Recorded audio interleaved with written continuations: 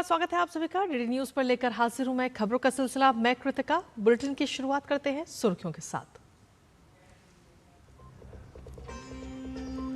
France में आज G7 शिखर सम्मेलन। डोनाल्ड ट्रंप और जॉर्जिया मेलोनी समेत जर्मन चांसलर और तमाम सदस्य देशों के शीर्ष नेता पहुंचे एवियन। प्रधानमंत्री नरेंद्र मोदी भी दुनिया के सामने रखेंगे भारत का एजेंडा।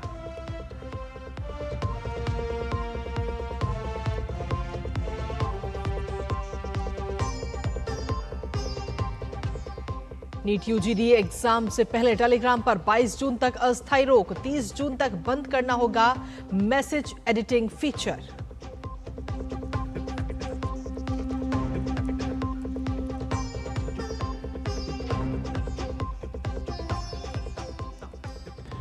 सीआईडी के सामने आज फिर होगी तृणमूल नेता अभिषेक बनर्जी की पेशी। चुनाव में हिंसा भड़काने और गृह मंत्री अमित शाह को धमकी देने से जुड़े मामले में होगी पूछताछ।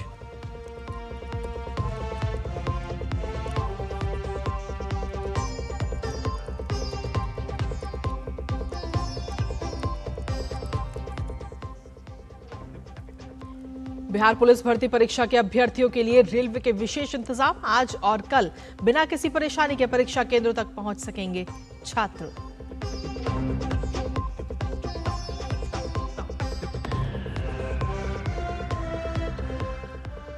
और फीफा विश्व कप में बड़ा उलटफेर। पहली बार विश्व कप खेल रही कैप वर्डे ने स्पेन को 0-0 से बराबरी पर रोका। गोलकीपर बोजिन्ना के डिफेंस ने किया कमाल।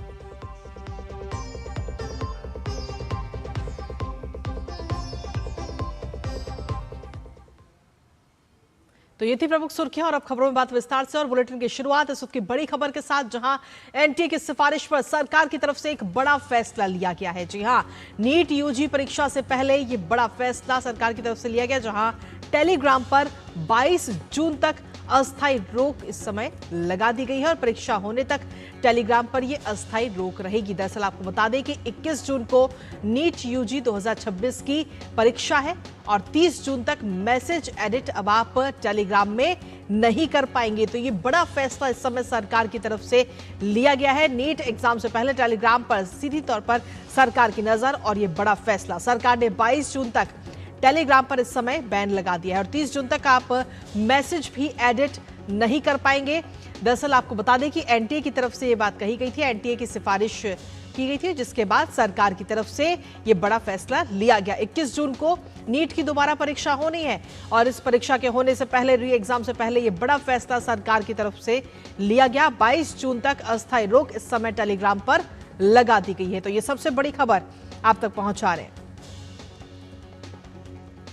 तो एनटीए की तरफ से ये सिफारिश की गई थी सरकार से, जिसके बाद सरकार ने यह फैसला लिया और परीक्षा होने तक टेलीग्राम पर यह अस्थायी रोक इस समय लगाई गई है और साथ ही 30 जून तक जो एडिट करने का जो फीचर होता है मैसेज में, उसको भी बंद कर दिया है। इसी पर ताजा अपडेट ले लेंगे। हमारे साथ में हमारे सहयोगी शैलेंद्र मिश्र इस वक्त जुड़ रहे हैं, सीधा उनका रुख करेंगे। शैलेंद्र, जिस तरीके से एक देखें तो एनटीए की तरफ से ये सिफारिश की गई थी, आखिर किन आधार और किन बिंदुओं को ध्यान में रखते हुए सिफारिश की गई थी जिस पर सरकार ने ये बड़ा फैसला लिया है? देखिए, सबसे जरूरी ये बात है कि कोई गलत खबर या कोई इस तरह की अफवाह न फैले कि नीट परीक्षा में कुछ गड़बड़ी हो गई है या फिर जो कुछ नहीं हुआ है उसकी अफवाह हम देखते हैं कि टेलीग्राम के कई सारे जो प्लेटफॉर्म हैं उसमें अलग अलग जो चैनल लोग बनाते हैं उस पर इस तरह की कोई खबरें डाल देते हैं जो गलत होती है या फिर वेरीफाइड नहीं होती है और बाद में पता चलता है कि उसका नीट परीक्षा से कोई लेना देना नहीं है, वो प्रश्न पत्र नीट परीक्षा के नहीं थे या फिर वो संभावित सवाल नहीं थे। बस टेलीग्राम चैनल बनाकर इस तरह की खबरें डाली जाती हैं या इस तरह के बातें कही जाती हैं। तो इस बात को ध्यान में रखा गया है कि कोई भ्रम न फैले और ये सुनिश्चित हो कि जो छात्र हैं वो परीक्षा दें और छात्रों के अभिभावकों के बीच कोई इस तरह का भ्रम न हो कि संभावित प्रश्न पहले आ गए या फिर इस नीट से जुड़ी तमाम अफवाहें टेलीग्राम के चैनलों पर देखने को मिली थी कि प्रसारित होती रहती थी। तो अब चूंकि 21 जून को नीट की परीक्षा है तो ऐसे में तब तक ये सुनिश्चित करने के लिए अस्थायी बैन टेलीग्राम पर लगाया गया है, क्योंकि टेलीग्राम पर ऐसे बहुत सारे चैनल हैं जो नीट परीक्षा को लेकर अलग अलग तरह की खबरें दे रहे हैं, अलग अलग तरह के सोर्स के हवाले से बातें कह रहे हैं, जिनका वास्तविकता से कोई लेना देना नहीं है। तो एनटीए ने सिफारिश की थी और आईटी मंत्रालय ने ये दिशा निर्देश जारी किए, यानी अब टेलीग्राम 22 जून 21 जून के बाद तक नहीं दिख पाएगा। उसके बाद भी कुछ और एहतियात बरता गया है कि फीचर्स में कोई एडिटिंग ना हो, क्योंकि एग्जाम के बाद मान लीजिए कोई एडिटिंग करके कुछ मिथ्या बात डालता है और उससे कोई भ्रम फैलता है, तो उसको 30 जून तक वो अवधि रखी गई है। तो सबसे बड़ी खबर यही है कि अस्थायी तौर पर टेलीग्राम भारत में अब आप 22 जून तक नहीं देख पाएंगे, 21 जून जब तक परीक्षा खत्म होती है उसके बाद तक।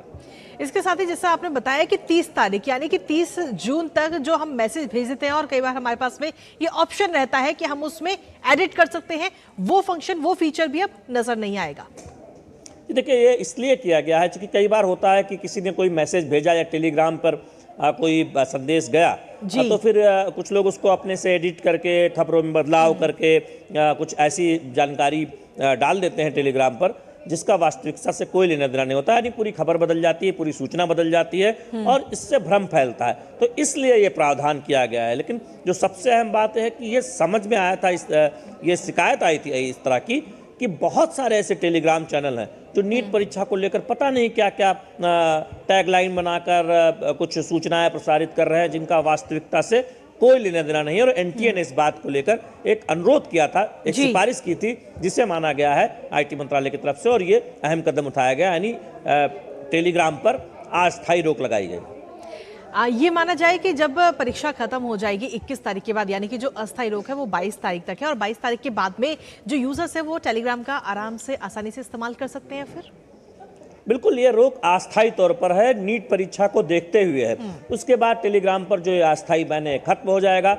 लेकिन इसका मतलब ये नहीं कि कोई भी आप चैनल बनाकर टेलीग्राम पर झूठी खबरें प्रसारित करते रहे। हम जानते हैं कि सूचना प्रसारण मंत्रालय और आईटी मंत्रालय इस पर एक कड़ी निगाह रखता है कि कौन से ऐसे प्लेटफॉर्म है, सोशल मीडिया प्लेटफॉर्म, जो झूठी खबरें प्रसारित करते हैं और जानबूझकर इस तरह का एक नैरेटिव बनाते हैं, एजेंडा बनाते हैं। उन पर हमने देखा है कि कड़ी नजरें भी रखी गई है। कई सारे ऐसे चैनल हैं जो पाकिस्तान से संचालित होते हैं और हमने देखा है कि समय समय पर उन पर ब्लॉक किया गया है, चाहे वो टेलीग्राम पर हो या फिर व्हाट्सएप पर हो या फिर यूट्यूब पर हो, तो उन्हें हमने देखा है कि उसको ब्लॉक किया गया है। ये समय समय पर निगरानी बढ़ाई गई है और उस पर कार्रवाई भी सूचना प्रसारण मंत्रालय और आईटी मंत्रालय करता है। लेकिन जहां तक टेलीग्राम के उपलब्ध होने का सवाल है, उस पर जो अस्थायी बैन का सवाल है, वो 22 तारीख के बाद हट जाएगा। इसी बीच अगर हम देखें तो टेलीग्राम के अलावा और भी कई सारी एप्लीकेशन है, या यूं कहें कि जो मैसेजिंग प्लेटफॉर्म है, क्या उनको लेकर भी किसी प्रकार के दिशा निर्देश जारी किए गए हैं इस समय, या उन पर भी आगे कार्रवाई की जा सकती है? ये देखिए, ये बहुत स्पष्ट है कि फेक नैरेटिव और फेक खबरें फैलाने का काम कोई भी प्लेटफॉर्म न करे, या फिर कोई भी प्लेटफॉर्म पर अगर कोई चैनल बनाता है तो वो इस तरह की खबरें ना फैलाए। और इसीलिए हमने देखा है कि आईटी नियमों में बदलाव किया गया है। जैसे ही इस तरह की कोई शिकायत आएगी और इस शिकायत का संज्ञान लेने के बाद अगर दिशा निर्देश जारी होता है तो तुरंत 3 घंटे के अंदर उस प्लेटफॉर्म से वो खबर हटानी होगी। पहले हम देखते थे कि उसमें काफ़ी समय लगता था, तब तक वो खबर फैल जाती थी और उसका एक नैरेटिव सेट हो जाता था, फिर आप उस पर सफाई आती थी या फिर खंडन आता था, लेकिन उसका नुकसान हो चुका होता था। इसीलिए आईटी नियमों में बदलाव किया गया है, निगरानी बढ़ाई गई है। आप तेजी से ऐसी खबरें अपलोड से हटानी पड़ती है उस इंटरमीडिएट प्लेटफॉर्म को, चाहे वो यूट्यूब हो या फिर बाकी हैंडल्स पर हो। तो ये एक निगरानी व्यवस्था बढ़ाई गई है, इसीलिए ये नियमों में बदलाव किया गया है। और ये सबकी जिम्मेदारी भी है कि वो कोई भी खबर एक तरह से उसको एक फैक्ट देखकर तभी आगे बढ़ाएं, तभी उसे प्रसारित करें। क्योंकि होता क्या है, किसी कोई फॉरवर्ड मैसेज आता है, आप कई जगह उसे प्रसारित कर देते हैं बिना उसकी सच्चाई जाने। तो लोगों को भी ये जिम्मेदारी है कि वो समझे इस बात को कि क्या वो वेरीफाइड खबर है, क्या वो किसी ऐसे हैंडल से आई है जो एक तरह से देखे वेरीफाइड है, या फिर वो उस तरह की खबरों के लिए जाना जाता है। ये सब देखना एक आम लोगों की भी जिम्मेदारी है कि वो किसी भी फेक खबर पर तुरंत ही आंख मूंद कर विश्वास न करें और उसे फॉरवर्ड तो कतई न करें बिना जाने समझे। बहुत बहुत शुक्रिया शैलेंद्र, तमाम जानकारी और अपडेट्स हमारे साथ साझा करने के लिए, इस महत्वपूर्ण खबर से जुड़े हुए। और इसी के साथ चलिए अब रुक करते हैं अन्य तमाम खबरों का, जहां प्रधानमंत्री नरेंद्र मोदी की स्लोवाकिया यात्रा के दौरान कई अभूतपूर्व रंग देखने को मिले। चाहे वो भारतीय समुदाय की ओर से जताई गई खुशियां हो या फिर स्लोवाकिया सरकार की ओर से भारत के प्रति दिखाया गया प्रेम और सम्मान हो। ऐसी ही कुछ तस्वीर दिखाई दी ब्रातिस्लावा कैसल की, जिसे भारत और पीएम मोदी के सम्मान में तिरंगे की रोशनी से रोशन किया गया।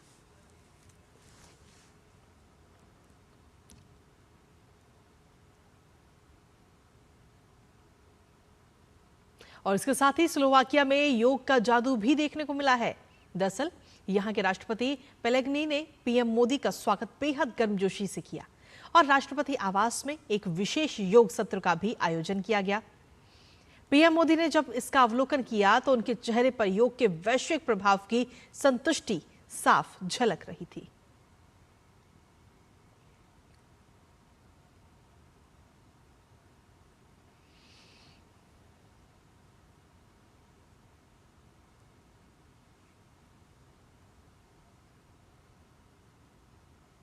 और चलिए आगे बढ़ते हैं और बात करते हैं G7 समिट की। G7 शिखर सम्मेलन इस बार फ्रांस के एवियन में हो रहा है और इसके लिए सदस्य देशों के शीर्ष नेता यहां पहुंच भी चुके हैं।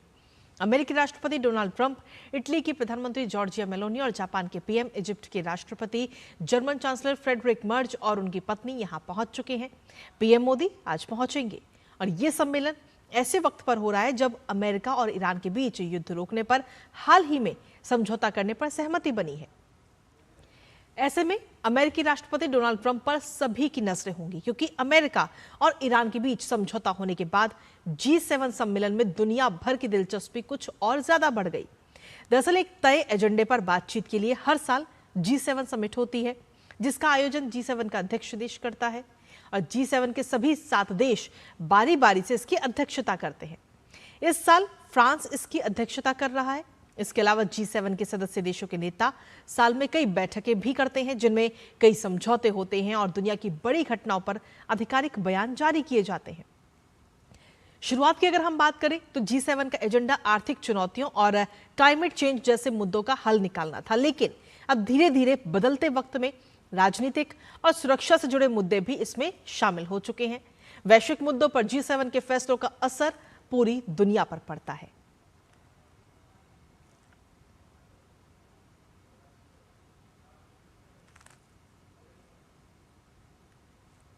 यूक्रेन के राष्ट्रपति व्लादिमीर ज़ेलेंस्की भी इस समय फ्रांस में हैं और वो G7 समिट में भाग लेंगे। आपको बता दें कि 17 जून तक चलने वाले G7 समिट में ग्लोबल नेता कई मुद्दों पर चर्चा करेंगे और इनमें से एक अहम मुद्दा है ईरान के साथ युद्ध खत्म करने के लिए अमेरिका और तेहरान के बीच हुई शुरुआती डील के बाद आगे के कदमों पर बातचीत करना।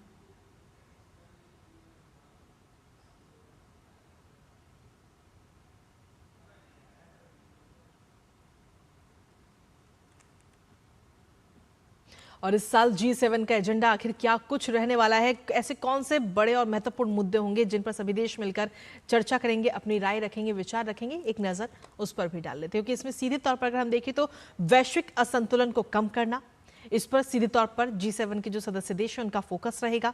साथ ही प्रमुख जो भू राजनीतिक संकट है उसका हल निकालना, सभी मिलकर इस पर विचार विमर्श करेंगे, उसका हल खोजने की कोशिश करेंगे।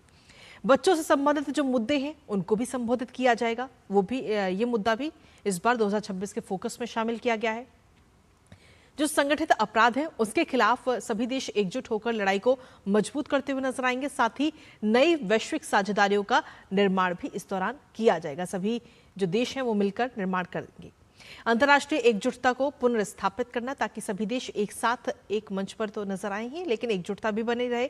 संतुलित, साझा और सतत आर्थिक विकास सभी देशों का हो, इसको भी खासतौर पर फोकस में शामिल किया गया है। सुरक्षित, तेज और प्रभावी आर्टिफिशियल इंटेलिजेंस का इस्तेमाल, तो AI को लेकर भी खासतौर पर चर्चा होगी, विचार विमर्श होगा। वैश्विक सुरक्षा और भू राजनीतिक चुनौतियां जिनका सामना आखिर किस तरीके से किया जा सकता है, उनका समाधान क्या है, इन तमाम चीजों को लेकर चर्चा। और साथ ही व्यापार, निवेश, आपूर्ति श्रृंखला पर सहयोग बढ़ाना, जलवायु, ऊर्जा और विकास संबंधी मुद्दे, तो ये तमाम वो अहम मुद्दे हैं जिन पर विचार विमर्श होगा। फ्रांस के एवियन में हो रहे G7 शिखर सम्मेलन में भारत सिर्फ एक आमंत्रित देश नहीं है, बल्कि ग्लोबल साउथ की सशक्त आवाज बनकर पहुंच रहा है। और फ्रांस के राष्ट्रपति इमैनुअल मैक्रों के विशेष निमंत्रण पर पहुंचे प्रधानमंत्री मोदी की मौजूदगी इस बात का संकेत है कि दुनिया की बड़ी आर्थिक ताकतें अब भारत के बिना वैश्विक चुनौतियों का समाधान नहीं खोज सकती। फ्रांस में एवियन से संवाददाता अजय मिश्र की एक्सक्लूसिव रिपोर्ट आपको दिखाते हैं।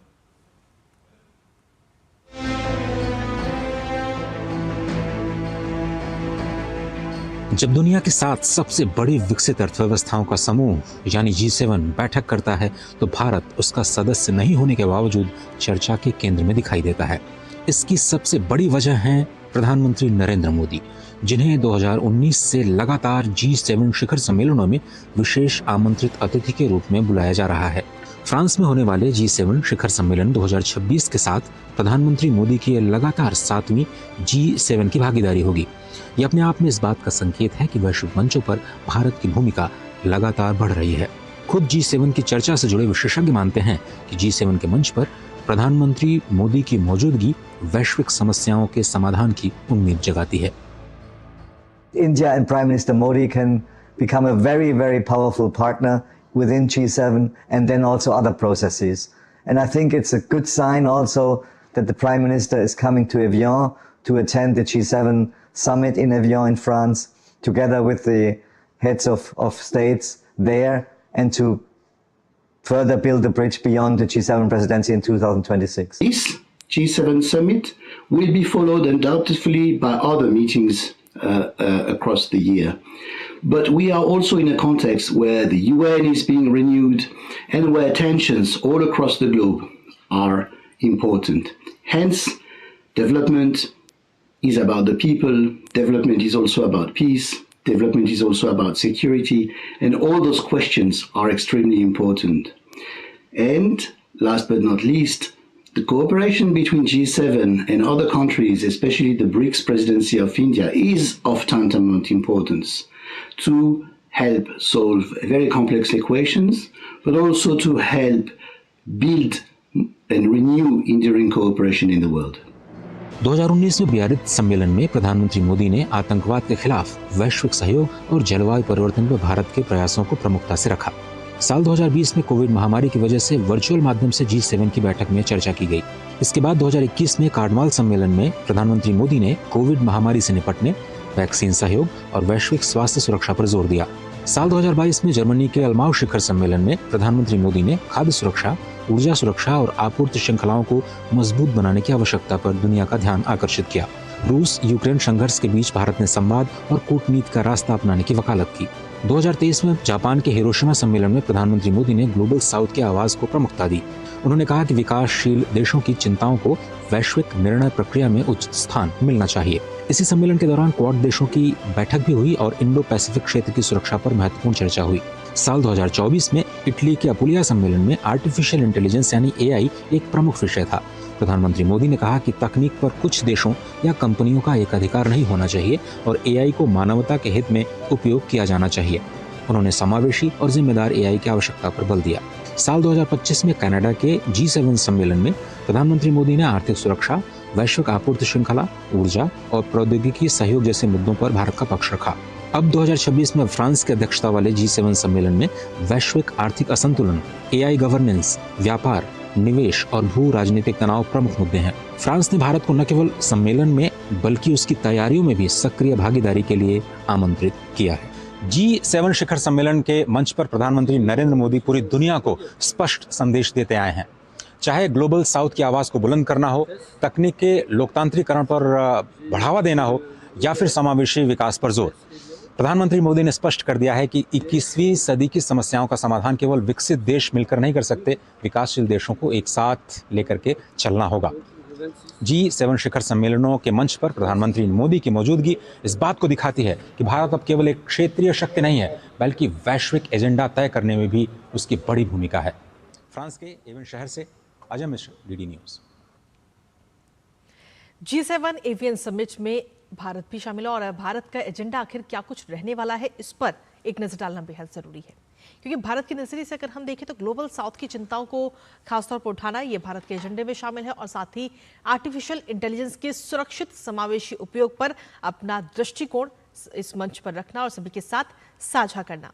संतुलित और सतत आर्थिक विकास की वकालत करना, ये भी भारत के एजेंडे में इस बार शामिल है। तो भारत इन चीजों को लेकर अपनी बात रखता हुआ नजर आएगा। इसके साथ ही डीपीआई का भारतीय मॉडल सभी सदस्य देशों के साथ सामने रखा जाएगा।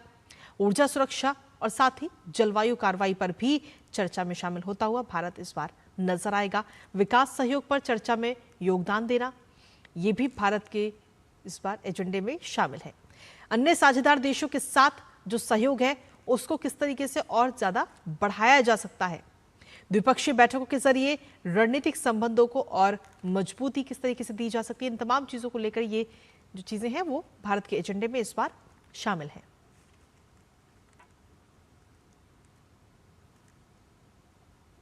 दुनिया के 7 मजबूत विकसित अर्थव्यवस्थाओं वाले G7 ग्रुप की शुरुआत 1975 में हुई थी। प्रधानमंत्री मोदी के नेतृत्व में भारत को 2019 से लगातार गेस्ट या आउटरीच पार्टनर के तौर पर आमंत्रित किया जाता है। अब आखिर G7 का पूरा इतिहास क्या है और भारत की इस महत्वपूर्ण वैश्विक मंच पर भूमिका क्यों अहम है, इस रिपोर्ट के जरिए समझते हैं।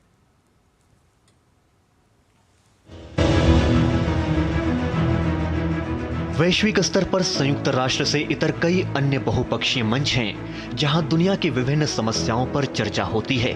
प्रधानमंत्री मोदी के नेतृत्व में भारत लगातार इन मंचों पर अपनी मजबूत उपस्थिति दर्ज कराते हुए भारत समेत विकासशील दुनिया की समस्याओं को उठाता रहा है। ऐसा ही एक प्रभावशाली मंच है G7 यानी ग्रुप ऑफ 7। ये दुनिया की 7 बड़ी विकसित और औद्योगिक अर्थव्यवस्थाओं का समूह है जिसमें America, Britain, France, Germany, Italy, Japan और कनाडा शामिल हैं। इस समूह की शुरुआत 1975 में हुई थी। उस समय दुनिया तेल संकट, महंगाई और आर्थिक अस्थिरता से जूझ रही थी। तब इन संकटों से निपटने के लिए फ्रांस की पहल पर अमेरिका, ब्रिटेन, पश्चिम जर्मनी, इटली और जापान के नेताओं की बैठक हुई। फिर अगले साल 1976 में कनाडा भी इस ग्रुप में शामिल हो गया और इस तरह G7 की नींव पड़ी। 1997 से लेकर 2013 के बीच इस समूह में रूस के शामिल होने से ये G8 हो गया था। हालांकि 2014 में क्रीमिया में रूस यूक्रेन संघर्ष के बाद रूस इस समूह का हिस्सा नहीं है। हालांकि G7 एक अनौपचारिक समूह है, लेकिन यहाँ लिए गए फैसले वैश्विक राजनीति और अर्थव्यवस्था को दिशा देने में अहम भूमिका निभाते हैं। प्रधानमंत्री नरेंद्र मोदी के नेतृत्व में भारत को 2019 से लगातार G7 शिखर सम्मेलन में गेस्ट या आउटरीच पार्टनर के तौर पर आमंत्रित किया जाता है। इस दौरान प्रधानमंत्री मोदी ने भारत समेत ग्लोबल साउथ से जुड़े जरूरी मुद्दों को प्राथमिकता के साथ आवाज दी है। दुनिया की करीब 10% जनसंख्या के साथ G7 देशों की जीडीपी IMF के मुताबिक करीब $55 ट्रिलियन है। हर साल एक सदस्य देश G7 की अध्यक्षता संभालता है, जो उस वर्ष के शिखर सम्मेलन के एजेंडे और प्राथमिकताओं को तय करता है। यहाँ आम सहमति से निर्णय लिए जाते हैं। हालांकि कोई औपचारिक संस्था नहीं होने के चलते यहाँ लिए गए फैसले बाध्यकारी नहीं होते। चूंकि G7 देश वैश्विक व्यापार और वित्तीय प्रणाली में बेहद अहम किरदार निभाते हैं, इसलिए यहाँ लिए गए निर्णयों का असर पूरी दुनिया पर पड़ता है। 2008 के वित्तीय संकट और रूस यूक्रेन संघर्ष जैसी वैश्विक घटनाओं में G7 देशों ने समन्वित वित्तीय नीतियों और आर्थिक प्रतिबंधों के जरिए समय समय पर अपनी ताकत दिखाई है। 2019 में फ्रांस की अध्यक्षता में G7 में पीएम मोदी की मौजूदगी के बाद से भारत लगातार हर साल गेस्ट या आउटरीच पार्टनर के रूप में इस सम्मेलन में हिस्सा ले रहा है। इससे साफ है कि दुनिया की सबसे मजबूत अर्थव्यवस्थाएं भारत को वैश्विक स्तर पर लिए जा रहे बड़े फैसलों में एक भागीदार के तौर पर देखती हैं। प्रधानमंत्री मोदी के नेतृत्व में भारत ने इस मंच का इस्तेमाल विकासशील देशों के जलवायु परिवर्तन, आतंकवाद और ऊर्जा सुरक्षा जैसे कई अहम मुद्दों को उठाने में किया है। Bureau report, DD news. और इसी बीच बुलेटिन में वक्त एक छोटे से ब्रेक का, कहीं मत जाइए क्योंकि लौटने के बाद वापस बात करेंगे फीफा वर्ल्ड कप को लेकर। एक छोटा सा ब्रेक।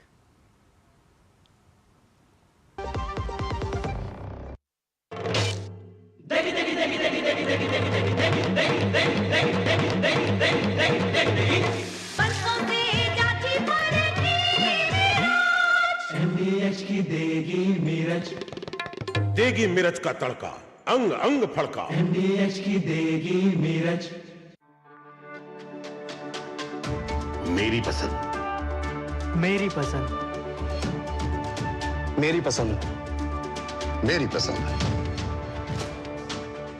हमारी पसंद। हम सबकी पसंद। मजबूत देश का मजबूत सरिया हो गया स्टील। घर का खर्च चलाने के लिए रोहन की पढ़ाई वाली एफडी तोड़नी पड़ी और उसके डॉक्टर बनने का सपना भी। काश तुमने जाने से पहले टर्म लाइफ इंश्योरेंस लिया होता।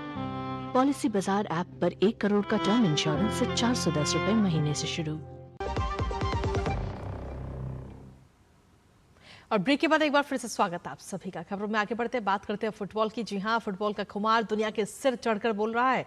तो चलिए आपको भी दिखाते हैं फुटबॉल विश्व कप की खास खबरें।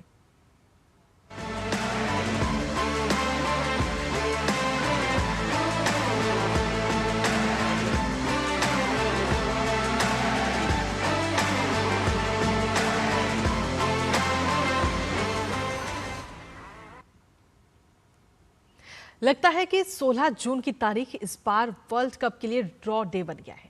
बीते कल एक नहीं बल्कि 3 मैच ड्रॉ पर खत्म हुए। Iran, New Zealand, Spain, cap Verde और बेल्जियम और मिस्र के बीच खेला गया मैच ड्रॉ हो गया। जी हां, ईरान और न्यूजीलैंड के बीच खेला गया मैच 2-2 से ड्रॉ रहा। ईरान की टीम ने 2 बार पिछड़ने के बाद वापसी की और मैच ड्रॉ कराने में कामयाबी पाई। इस ड्रॉ के साथ ही न्यूजीलैंड की टीम विश्व कप में अपनी पहली जीत दर्ज करने में नाकाम रही। अब ग्रुप जी में हर टीम के पास 1 अंक है। ग्रुप के पहले मैच में बेल्जियम और मिस्र ने भी 1-1 से ड्रॉ खेला था। फुटबॉल विश्व कप में कल प्रतियोगिता के इतिहास का एक बड़ा उलटफेर भी देखने को मिला। विश्व कप में पहली बार हिस्सा ले रही कैप वर्डे ने अपने डेब्यू मैच में ही खिताब की प्रबल दावेदार और 2010 की चैंपियन स्पेन को गोल रहित ड्रॉ पर रोककर सबको चौंका दिया। कैप वर्डे के 40 वर्षीय गोलकीपर वोजिन्या ने इस मैच में करिश्माई प्रदर्शन किया। स्पेन की तरफ से 27 शॉट्स देखने को मिले, जिनमें से 16 बॉक्स के अंदर थे और 7 टारगेट पर थे। हालांकि इसके बावजूद स्पेन की टीम गोल नहीं कर पाई। स्पेन की फीफा रैंकिंग 2 है, तो वहीं कैप वर्डे की रैंकिंग 67 है। स्पेन के खिलाफ मैच में कैप वर्डे के 40 वर्षीय गोलकीपर वोजिन्या हीरो बनकर उभरे। स्पेन की तरफ से मैच में कुल 27 शॉट्स देखने को मिले। इनमें से 16 शॉट्स बॉक्स के अंदर और 7 टारगेट पर थे। इनमें से 2 गोल करने के बड़े मौके थे और एक बार गेंद बार से टकरा गई। नतीजा ये रहा कि स्पेन की टीम एक भी गोल नहीं कर सकी। मैच खत्म होने के बाद वोजिन्या की आंखों से आंसू भी झलक आए और उनकी पूरी टीम ने उन्हें घेर लिया। वहीं कैप वर्डे ने फीफा वर्ल्ड कप में एक बड़ा उलटफेर करते हुए टूर्नामेंट में अपने पहले ही मैच में खिताब के प्रबल दावेदार स्पेन को 0-0 से ड्रॉ पर रोक दिया।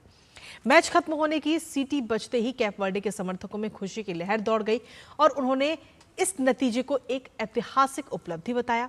अटलांटा स्टेडियम के बाहर जश्न का माहौल नजर आया। कैप वर्डे के प्रशंसकों ने ऐतिहासिक नतीजे का जश्न मनाया। अमेरिका में कैप वर्डे के लोगों की सबसे बड़ी आबादी वाले शहर बोस्टन में प्रशंसक मैच देखने के लिए शहर के बीच बने फैन जोन में जमा हुए और मैच ड्रॉ होने पर खुशी से झूम उठे।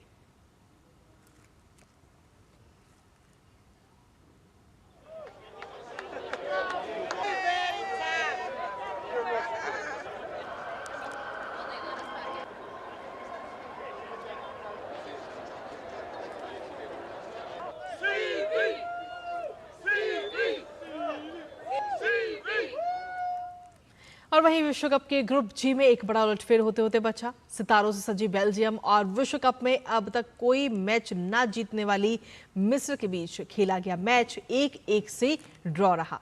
मिस्र ने 20वें मिनट में इमाम उशूर के गोल की मदद से बढ़त हासिल की। 66वें मिनट में रोमेलू लुकाकू द्वारा बनाए गए दबाव के बीच मिस्र के मोहम्मद हानी आत्मघाती गोल कर बैठे, जिसके चलते स्कोर 1-1 हो गया और मैच ड्रॉ रहा। अगर मिस्र की टीम ये मैच जीत जाती तो उनकी ये विश्व कप में पहली जीत होती। मिस्र की टीम ने 1934 में पहली बार फुटबॉल विश्व कप में हिस्सा लिया था। मिस्र को 92 साल और 8 मुकाबलों के बाद अब भी विश्व कप में अपनी पहली जीत की तलाश है।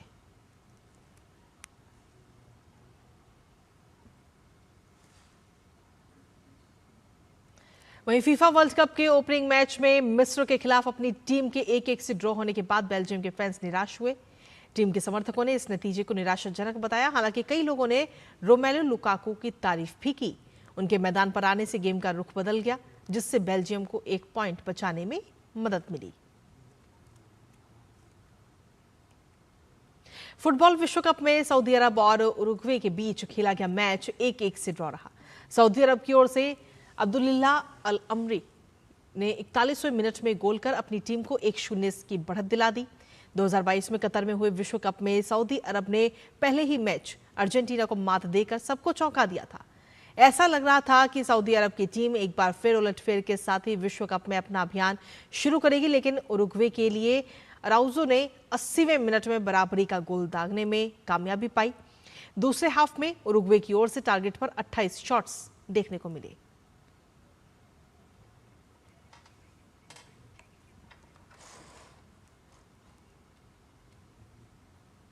और इसी पर ज्यादा बातचीत के लिए हमारे साथ इस वक्त हमारी सहयोगी सुचित्रा इस वक्त जुड़ गई हैं, जो खेल जगत से तमाम खबरों को हम तक पहुंचाती हैं। सुचित्रा, 16 जून की तारीख की अगर हम बात करें तो वर्ल्ड कप के लिए ये ड्रॉ डे थी क्या? ये ऐसा नजर आता है, क्योंकि एक नहीं बल्कि 3-3 मैच ड्रॉ पर खत्म हुए। ईरान न्यूजीलैंड का जो मैच था वो भी ड्रॉ पर ही खत्म हुआ। सुचित्रा। जी बिल्कुल कृतिका, क्योंकि शुरुआती मुकाबले हैं, टीम अपना अभियान शुरू कर रही हैं, तो अक्सर संभल कर अपने अभियान की शुरुआत करती हैं टीमें। और हर टीम विश्व कप में जब खेलने उतरती है तो सबकी यही इच्छा होती है कि वे जीत के साथ अपने अभियान की शुरुआत करें। तो जो दूसरी टीम है वो भी कड़ी टक्कर देने आई है। गोल करना आसान नहीं होता, वहीं गोल बचाना भी आसान नहीं होता। और इसी तरह के रोमांचक मुकाबले हमें कल देखने को मिले। भले ही ड्रॉ रहे हैं, लेकिन हर जो ड्रॉ है वो अपने आप में काफ़ी अलग रहा है। अगर हम स्पेन के मुकाबले की बात करें तो वहाँ एक बेहद मजबूत टीम स्पेन का सामना था, विश्व कप में पहली बार हिस्सा ले रही केप वर्डे से। तो ये जो ड्रॉ है ये केप वर्डे के लिए किसी बड़ी जीत से कम नहीं है। तो इस ड्रॉ को हम एक बड़े उलटफेर की श्रेणी में रखेंगे, क्योंकि केप वर्डे के लिए ये एक जीत माना जाएगा। वहीं स्पेन के लिए ये एक बड़ा झटका है, क्योंकि विश्व कप में हर मैच ज़रूर इम्पॉर्टेंट होता है, हर पॉइंट इम्पॉर्टेंट होता है। तो स्पेन की टीम इस मैच में जब उतरी थी तो उन्हें लग रहा होगा कि इजी पॉइंट्स हैं उनके पास, ये मैच स्पेन एक बड़े अंतर से जीतेगी, ऐसी उम्मीद की जा रही थी। 4 देश ऐसे हैं जो पहली बार इस विश्व कप में हिस्सा ले रहे हैं। एक दिन पहले ही क्यूरासाओ, जो एक और देश था, पहली बार विश्व कप में खेल रहा था, जर्मनी ने उसे 7-1 से मात दी थी। और माना जा रहा था कि स्पेन जर्मनी का रिकॉर्ड तोड़ देगी, उससे भी बड़े अंतर से वो केप वर्डे को मात देगी। लेकिन यहाँ पर उलटफेर करने में कामयाब रही है केप वर्डे की टीम। स्पेन को उन्होंने ड्रॉ पर रोका, और वो भी गोल लेस ड्रॉ पर रोका, एक भी गोल नहीं करने दिया स्पेन की टीम को। तो काबिले तारीफ प्रदर्शन केप वर्डे की टीम का, जो लंबे समय तक याद रखा जाएगा। कृतिका, इसके साथ ही भावुकता का भी एक पल नजर आया, क्योंकि केप वर्डे के जो गोलकीपर हैं वो भी रातों रात हीरो बन गए। और जब ये मैच खत्म हुआ तो उनकी आंखों से आंसू भी हम सभी ने देखे, जिसके बाद में उनकी टीम ने जाकर उनको गले लगा लिया। सुचित्रा। जी बिल्कुल कृतिका, उन्होंने मैच के बाद बोला कि उनकी उम्र 40 साल 12 दिन है। विश्व कप में कोई टीम जो डेब्यू कर रही है उसकी तरफ से खेलने वाले सबसे उम्र दराज वो खिलाड़ी हैं। तो एक रिकॉर्ड बनाया है यहाँ पर वोजिनिया ने। और उन्होंने कहा कि कुछ समय पहले वो रिटायरमेंट का सोच रहे थे, क्योंकि 40 साल की उम्र में ज़्यादातर जो फुटबॉलर हैं वो रिटायर हो जाते हैं। और लेकिन उनका सपना था विश्व कप में एक बार खेलने का। तो ये जो उनका सपना है 40 साल 12 दिन की उम्र में पूरा हुआ। और कुछ सपने लगता है कि देर में पूरे होते हैं। उन्होंने कहा कि उनका जो पूरा लालन पालन था वो उनके ग्रैंड पेरेंट्स ने किया था, जो कि कुछ अब इस दुनिया में नहीं रहे हैं। कुछ साल पहले उनका निधन हो गया, तो उन्हें दुख था इस बात का कि उनके जो ग्रैंड पेरेंट्स हैं वो उनका ये ऐतिहासिक प्रदर्शन देखने के लिए इस दुनिया में नहीं है। वही जो उनकी माँ है वो भी स्ट्रिक्ट जो वीज़ा रूल है, एक बॉन्ड भरना होता है केप वर्डे के लोगों को यूएस में एंट्री के लिए, वीज़ा के लिए, उसके लिए जो धनराशि है वो समय पर नहीं जुटा सकी। तो जो उनकी माँ है वो भी उनके इस ऐतिहासिक प्रदर्शन को देखने के लिए एटलांटा स्टेडियम में नहीं मौजूद थी। तो भले ही उनका एक सपना पूरा हुआ विश्व कप मैच खेलने का, लेकिन उस सपने के मैदान पर साक्षी बनने के लिए उनके परिवार के लोग नहीं थे। ये एक कमी ज़रूर रहेगी, लेकिन उन्होंने कहा कि ये सिर्फ उनका सपना नहीं पूरा हुआ है, केप वर्डे के जो फुटबॉलर्स की जनरेशन है ये उस पूरी जनरेशन का एक सपना है, क्योंकि केप वर्डे की टीम पहली बार विश्व कप में हिस्सा ले रही है। कितने ही खिलाड़ी होंगे जो केप वर्डे के लिए खेले होंगे और ये सपना लेकर रिटायर हो गए होंगे कि कभी वो विश्व कप का कोई मैच खेले, लेकिन ये सपना पूरा हुआ वोजिनिया का, और वाकई रातों रात स्टार बन गए हैं। क्योंकि जब ये मैच शुरू हुआ उस वक्त उनके इंस्टाग्राम पे जो फॉलोअर हैं वो 50,000 थे, लेकिन अभी जो लास्ट रिपोर्ट्स थी तब तक उनके जो फॉलोअर्स की संख्या है 5 मिलियन का आंकड़ा पार कर चुकी है। तो दिखाता है कि किस तरह से जो विश्व कप है कैसे आपकी किस्मत बदल सकता है, कैसे आपकी जिंदगी बदल सकता है। एक मैच, एक करिश्माई प्रदर्शन आपको रातों रात स्टार बना देता है। कृतिका, अब केप वर्डे का जो आगे का सफर होगा उस पर तो हर किसी की नजर रहेगी, लेकिन इसके साथ ही अगर बेल्जियम की टीम की हम बात करते हैं तो उधर भी काफी उलटफेर का शिकार होने से कल ये टीम बची है, क्योंकि विश्व कप अब जिसके बाद में काफी रोमांचित होता हुआ नजर आ रहा है सुचित्रा। जी बिल्कुल, अगर बेल्जियम की बात करें, सितारों से सजी हुई टीम है और माना जा रहा था कि बेल्जियम भी अपना मैच जीतकर अंकों के साथ शुरुआत करेगी, क्योंकि जब आपका मुकाबला होता है किसी कमज़ोर मानी जा रही कम अनुभवी टीम से, वहाँ पर जो आपको अंक मिल रहे होते हैं वो आप अंक अपने पक्के मानकर चलते हैं कि वो तो आपने पॉइंट्स ले ही लिए, और फिर जो आगे आपका किसी मजबूत टीम से सामना है वहाँ पर आपको अंकों के लिए जूझना पड़ेगा। लेकिन अगर आप ऐसे ही मैच में पॉइंट्स गंवा बैठते हैं जो कि आपको जीतना चाहिए था, तो जो आगे का सफ़र है वो आपका काफ़ी मुश्किल हो जाता है। और पहले भी हमने कई बार देखा है, अगर हम जैसे जर्मनी की ही बात करें, जर्मनी पिछले 2 वर्ल्ड कप में पहले राउंड से ही बाहर होती आ रही है, क्योंकि जब टीमें शुरुआत में ही उलटफेर का शिकार हो जाती हैं, शुरुआत में ही पॉइंट्स गंवा देती हैं, तो आगे चल के उनके लिए मुश्किल हो जाता है, क्योंकि एक ग्रुप से 1 या 2 टीम ही आगे जा पाएंगी, तो वो आगे का जो सफ़र तय करना आपके लिए मुश्किल हो जाता है। तो ये जो पॉइंट्स गंवाए हैं बेल्जियम ने, स्पेन ने, तो देखना होगा कि आने वाले मुकाबलों के लिए उन्हें कड़ी मेहनत करनी पड़ेगी, वरना फुटबॉल विश्व कप उलटफेर के लिए जाना जाता है। तो चाहे पेपर पे आप कितने भी मजबूत क्यों ना हो, अगर आप मैदान पर अच्छा प्रदर्शन नहीं करेंगे तो पहले ही दौर से आपकी छुट्टी भी हो सकती है। कृतिका, बहुत बहुत शुक्रिया सुचित्रा, तमाम जानकारी हमारे साथ साझा करने के लिए। लगातार फीफा वर्ल्ड कप पर अपनी नजर बनाए रखिएगा। और इसी के साथ खेल से जुड़ी हुई कुछ अन्य खबरों का भी रुख कर लेते हैं, जहां भाला फेंक एथलीट नीरज चोपड़ा मैदान पर अब वापसी करने जा रहे हैं। जी हाँ, नीरज दोहा डायमंड लीग में हिस्सा लेंगे, जिसका आयोजन 19 जून को होगा। टोक्यो ओलंपिक 2020 चैंपियन और पेरिस ओलंपिक 2024 के रजत पदक विजेता नीरज ने 2025 विश्व चैंपियनशिप में निराशाजनक 8वें स्थान पर रहने के बाद प्रतिस्पर्धा में हिस्सा नहीं लिया है। अब बात हॉकी की, जहां दीपिका के 2 गोल की मदद से भारतीय महिला हॉकी टीम ने सोमवार को यहां FIH नेशंस कप के पूल ए के अपने पहले मैच में शुरू में पिछड़ने के बाद शानदार वापसी करते हुए अमेरिका पर 3-2 से जीत हासिल की। भारत की तरफ से दीपिका के 2 गोल के अलावा नवनीत कौर ने भी 1 गोल किया। अमेरिका की ओर से एशली सेसा और मेडलिन जिमर ने गोल किए। नेशंस कप की विजेता टीम अगले सत्र में प्रो लीग में खेलेगी। भारत पिछले सत्र में इससे बाहर हो गया था। श्रीलंका ए ने सोमवार को दाम्बुला में खेले गए ट्राई सीरीज के रोमांचक मुकाबले में भारत ए को सुपर ओवर में हरा दिया। मैच में श्रीलंका ए ने टॉस जीता और गेंदबाजी करने का फैसला लिया। भारत ए ने 49.2 ओवर में 265 रन बनाए। जवाब में श्रीलंका ए ने भी 50 ओवर में 9 विकेट पर 265 रन ही बना सकी।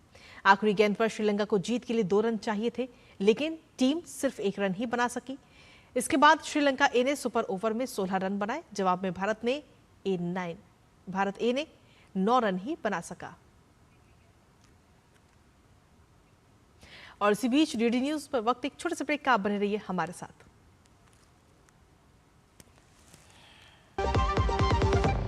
खाने में मेरी क्वीन के लिए क्या है?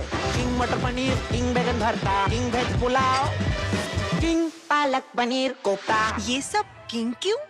क्योंकि ये सब बना है MDH किचन किंग से का बॉस। MDH किचन किंग, असली किचन किंग। MDH। कछुए दी चाल नहीं, चीते दी रफ्तारा, मैं नया हिंदुस्तान। पुत्र, जब मैंने ट्रक चलाना शुरू किया सी ना, सड़कां देख के दिल ही बैठ जाता सी। पर अब देख सड़कें मक्खन जैसी हो गई हैं, वड्डे वड्डे पुल बन गए ने, तभी तो तेरे पापा जी का धंधा भी वड्डा हो गया है। ले पुत्र, हुन तू खेल। 12 साल स्पीड और स्केल के, 12 साल विश्वास के, विकास के, जन कल्याण के। जब धरती चीर कर निकलता है लोहे का पत्थर और मिलता है मोंगिया के जोश से, फिर तपता है, पिघलता है और बनता है फौलाद। अब होता है सरिया सारी खूबियों के साथ। मोंगिया स्टील, मजबूत देश का मजबूत सरिया।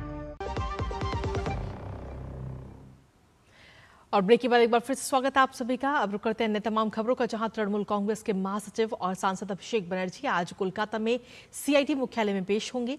ये मामला कथित तौर पर विधानसभा चुनाव से पहले गृह मंत्री अमित शाह को धमकाने और हिंसा भड़काने से जुड़ा है। इससे पहले उनके खिलाफ साइबर क्राइम पुलिस में एफआईआर दर्ज हुई थी, जिसे बाद में सीआईडी को सौंप दिया गया।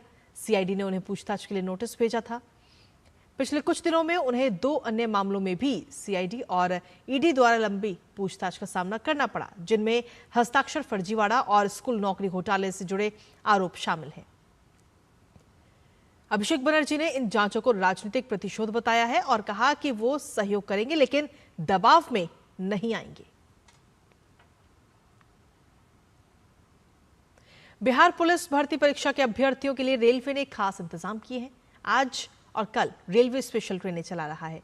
इन ट्रेनों से अभ्यर्थी बिना किसी परेशानी के परीक्षा केंद्रों तक पहुंच सकेंगे।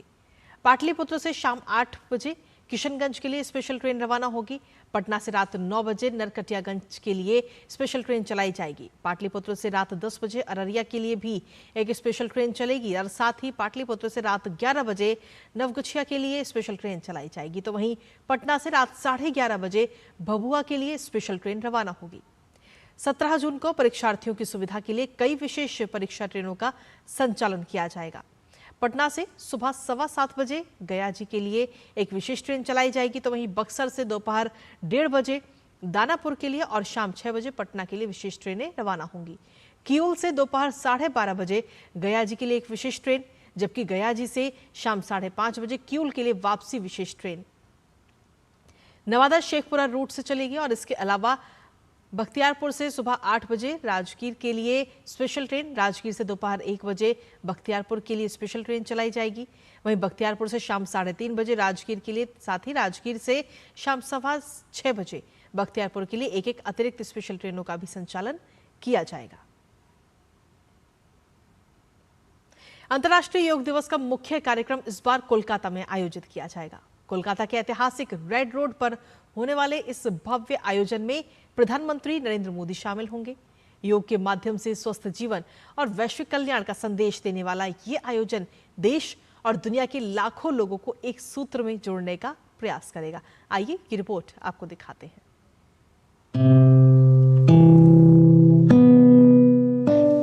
योग आज केवल भारत की प्राचीन विरासत नहीं, बल्कि पूरी दुनिया में स्वास्थ्य, संतुलन और मानसिक शांति का पर्याय बन चुका है। इस साल कोलकाता का ऐतिहासिक रेड रोड अंतर्राष्ट्रीय योग दिवस का गवाह बनेगा। ये वही जगह है जहां स्वतंत्रता दिवस, गणतंत्र दिवस, परेड से लेकर अनेक ऐतिहासिक कार्यक्रम आयोजित किए जाते रहे हैं। कोलकाता की सांस्कृतिक और ऐतिहासिक पहचान वाले इस जगह पर 21 जून को हजारों की संख्या में लोग योग करेंगे। प्रधानमंत्री नरेंद्र मोदी के नेतृत्व में आयोजित होने वाले इस कार्यक्रम में हजारों योग साधक एक साथ 45 मिनट का कॉमन योग प्रोटोकॉल का अभ्यास करेंगे।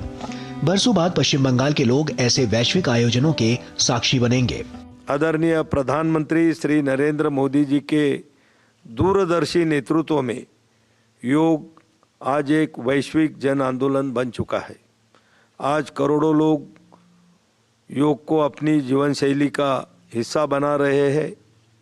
साथियों, इस वर्ष अंतर्राष्ट्रीय योग दिवस 2026 की थीम है योग फॉर हेल्दी एजिंग। 100 दिन के काउंटडाउन से शुरू होकर आयुष मंत्रालय के नेतृत्व में देश भर में योग दिवस से पहले अनेक कार्यक्रम आयोजित किए जा रहे हैं, जिनमें योग संगम, वंदे योग, योग समावेश और सामुदायिक योग सत्र प्रमुख हैं। 13 से 20 जून तक गंगोत्री से गंगा सागर तक योग सत्र के आयोजन के जरिए पर्यावरण से संस्कृति तक का संदेश दिया जा रहा है। कोलकाता में योग दिवस पर कई विशेष कार्यक्रम होंगे, जिसमें 21 जून को हुगली नदी पर 500 नावों पर विशेष योग कार्यक्रम होगा।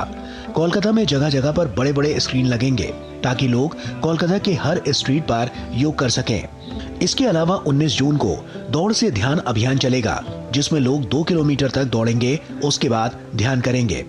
ये अभियान हर जिला और ब्लॉक में चलाया जाएगा। योग दिवस की पूर्व संध्या पर कोलकाता में ड्रोन शो का भी आयोजन किया जाएगा। अंतर्राष्ट्रीय योग दिवस 2026 को वैश्विक स्तर पर अभूतपूर्व समर्थन प्राप्त हो रहा है। Indian council for cultural relation के समन्वय से विश्व भर में भारत के 210 से अधिक विदेशी मिशनों द्वारा लगभग 2500 स्थानों पर अंतर्राष्ट्रीय योग दिवस कार्यक्रम आयोजित किए जा रहे हैं। इस आयोजन का उद्देश्य योग को जन जन तक पहुंचाना और स्वस्थ जीवन शैली के प्रति लोगों को प्रेरित करना है। इस वर्ष अंतर्राष्ट्रीय योग दिवस की थीम है स्वस्थ आयु के लिए योग। कोलकाता के अलावा देश के 100 आइकॉनिक जगह पर योग सत्र का आयोजन किया जाएगा। Nitendra Singh, DD news, Delhi. और वहीं योग साधना में ओमकार का उच्चारण मन को एकाग्र और चित्त को स्थिर बनाता है। इसके पवित्र नाद से प्राण शक्ति का संवर्धन होता है और साथ ही ध्यान में भी गहनता आती है। तो आइए देखते हैं योग अभ्यास में ओंकार का उच्चारण आखिर कैसे लाभकारी है, इस विशेष रिपोर्ट के जरिए।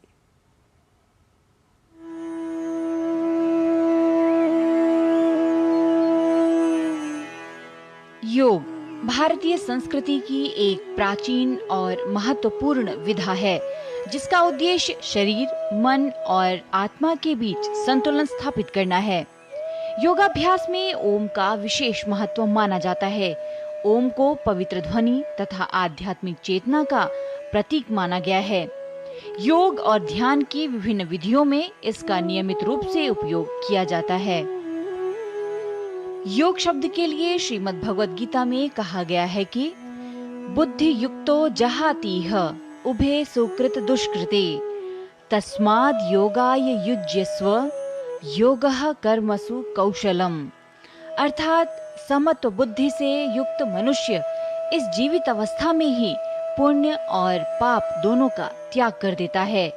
इसलिए तुम इस समत्व रूप योग से जुड़ जाओ, क्योंकि कर्मों में कुशलता ही योग है।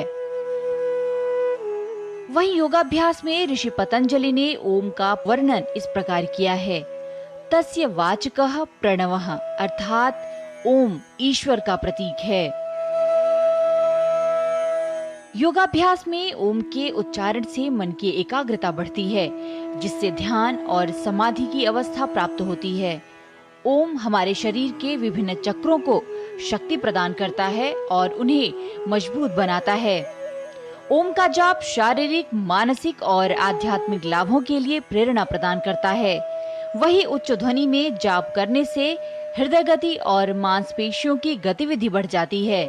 इस जाप से एकाग्रता, स्मृति और ध्यान बेहतर बनता है। अष्टांग योग के अंतर्गत आसन और प्राणायाम जहां शरीर और प्राण को साधते हैं, वहीं ओम का उच्चारण मन और आत्मा को साधता है। यह योगाभ्यास को एक उच्च आध्यात्मिक साधना में बदल देता है। ओम का जप भारतीय आध्यात्मिक परंपरा की एक अमूल्य धरोहर है। ये व्यक्ति को मानसिक शांति, शारीरिक संतुलन, एकाग्रता और आध्यात्मिक विकास प्रदान करने में सहायक माना जाता है। वर्तमान समय की तनावपूर्ण जीवन शैली में नियमित रूप से ओम का जप जीवन में सकारात्मकता, संतुलन और आंतरिक शांति लाने का एक प्रभावी साधन हो सकता है। निधि तिवारी, डीडी न्यूज। और वहीं मुंबई में सोमवार को 19वें मुंबई अंतर्राष्ट्रीय फिल्म महोत्सव का भव्य आगाज हुआ। 7 दिनों तक चलने वाले इस महोत्सव में दुनिया भर की डॉक्यूमेंट्रीज, लघु कथा और एनिमेशन फिल्मों का प्रदर्शन किया जाएगा। ये रिपोर्ट देखते हैं।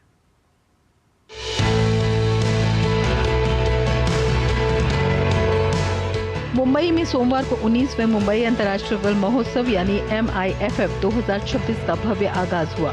डॉक्यूमेंट्री, लघु कथा और एनिमेशन फिल्मों को समर्पित इस महोत्सव में दुनिया भर के फिल्मकार, कलाकार और सिने प्रेमी जुटे हैं। केंद्रीय सूचना एवं प्रसारण तथा संसदीय कार्य राज्य मंत्री एल मुरुगन ने महोत्सव का उद्घाटन किया। इस अवसर पर उन्होंने कहा कि भारत कहानी कहने, कंटेंट निर्माण और रचनात्मक उद्यमिता का वैश्विक केंद्र बनकर उभर रहा है।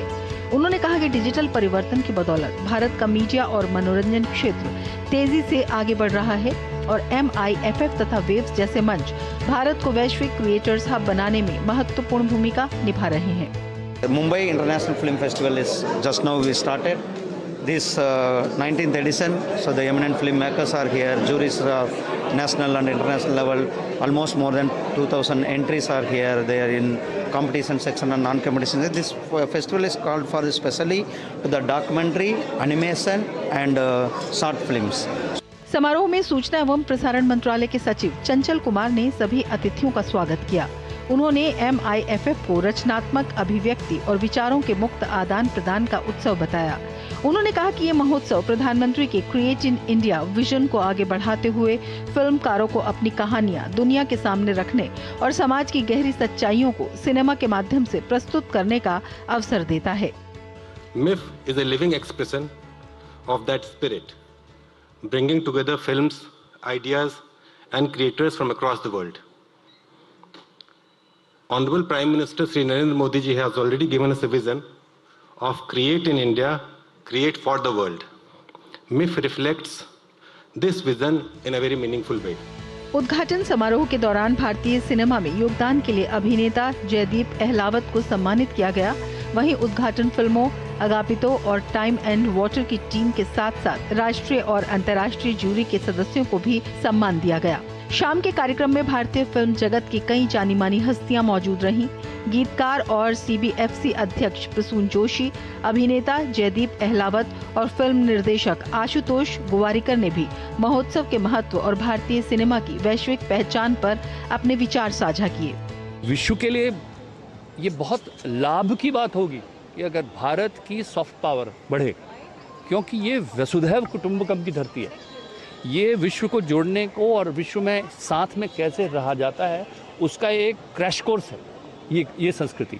भारत की तो मार्केट बहुत बड़ी है सिनेमा की, इसलिए और ज़्यादा फायदेमंद बात है। और मुझे लगता है जहाँ कम ऑडियंस भी होगी या कम लोग भी होंगे सिनेमा को बनाने वाले, वहाँ भी फिल्म फेस्टिवल्स हमेशा इसलिए इम्पोर्टेंट हो जाते हैं क्योंकि लोगों को इंस्पायर करता है इस तरह का माहौल। जब नई फिल्में बनती हैं, नए फिल्म मेकर्स आते हैं, नए एक्टर्स होते हैं। मुंबई इंटरनेशनल फिल्म फेस्टिवल मुझे हमेशा बहुत ख़ास फेस्टिवल लगता है क्योंकि इस फेस्टिवल में डॉक्यूमेंट्री जॉनर,